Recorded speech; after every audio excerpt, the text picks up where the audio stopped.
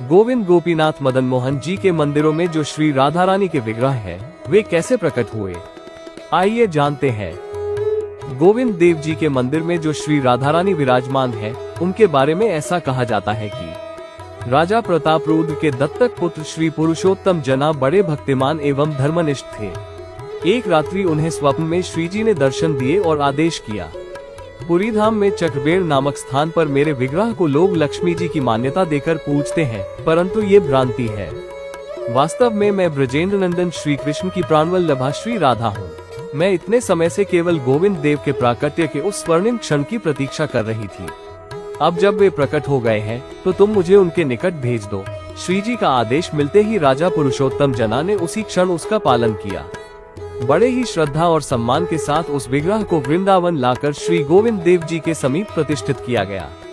जिस दिन से श्री राधा रानी का ये दिव्य विग्रह गोविंद देव जी के पास प्रतिष्ठित हुआ, उसी दिन से गोविंद देव जी का नाम श्री राधा गोविंद देव जी प्रसिद्ध हुआ।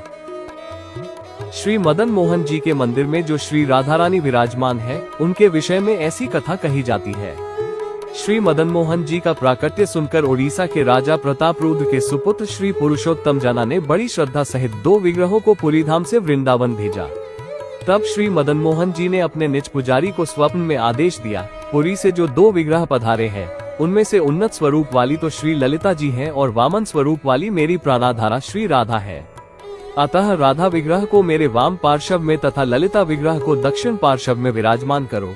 भगवान के इस आज्ञानुसार आज भी श्री मदन मोहन जी के वाम भाग में श्री राधा रानी तथा दक्षिण भाग में श्री ललिता जी विराजित हैं।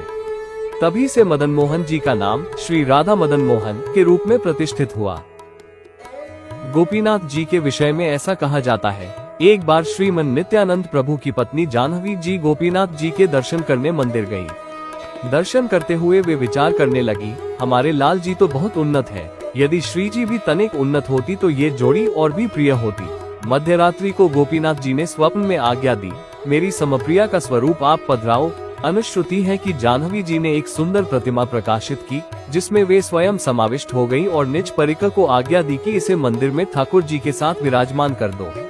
प्रारंभ में पुजारी असहमत थे, किंतु तुरंत प्रभु ने आज्ञा की, यह विग्रह मेरे वाम पार्श्व में तथा पहले वाला प्रिया जी का स्वरूप मेरे दक्षिण पार्श्व में विराजमान करो।